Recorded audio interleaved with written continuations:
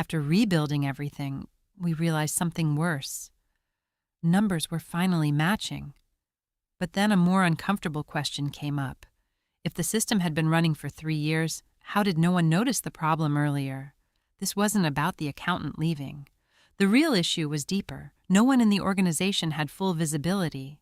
Yes, work was happening. Entries were being made. Reports were being generated.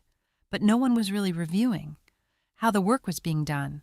The system looked like it was working. Day-to-day work was getting done. Invoices were raised. Expenses were paid. So no one questioned it. But in reality, it was a black box. Inputs were going in. Outputs were coming out. But the process in between was not understood. So we made an important decision, not just to fix the system, but to truly own it. We ensured that work was reviewed regularly, knowledge was shared, critical processes were understood by more than one person, and most importantly, there was always someone who could step in. After that, even when people changed or someone was on leave, the system continued, without panic, without disruption. If you don't understand how your work is getting done, you are operating a black box. And black boxes are where problems hide.